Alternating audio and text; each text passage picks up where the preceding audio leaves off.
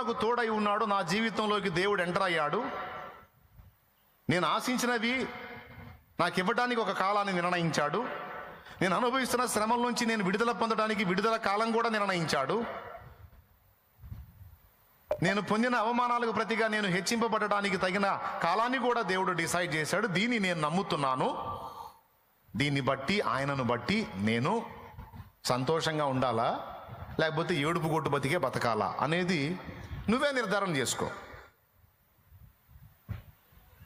ఎటుగూడి ముందుగతి రానేవచ్చును, నీ ఆశ భంగము కానేరదు అన్నాడుగా. దీన్ని బట్టి నేను ఎలా బ్రతకాలి? హ్యాపీగా బ్రతకాలా, ఏడుస్తూ బ్రతకాలా? నిజంగా దేవుని నువ్వు నమ్మినట్లయితే సంతోషంతోనే బతుకుతావు. దేవుణ్ణి అనుమానిస్తే దుఃఖంలోనే నీ బ్రతుకుని వెళ్ళదీస్తావు. నీవు దేవుని నమ్ముతున్నావా? అట్లయితే హన్నా కూడా దైవజనుని మాట విని నాట నుండి దుఃఖముఖిగా ఉండుట మానెను అనుంది. ఈరోజు దేవుడు నీతో మాట్లాడిన ఈ మాటను బట్టి ఇక నువ్వు ఏడుపులోనే ఉండాలనుకుంటున్నావా, లేకపోతే మారబోయే నీ భవిష్యత్తు దేవుడు మార్చబోతున్నాడు, దాన్ని బట్టి నువ్వు సంతోషంగా ఉండాలనుకుంటున్నావా?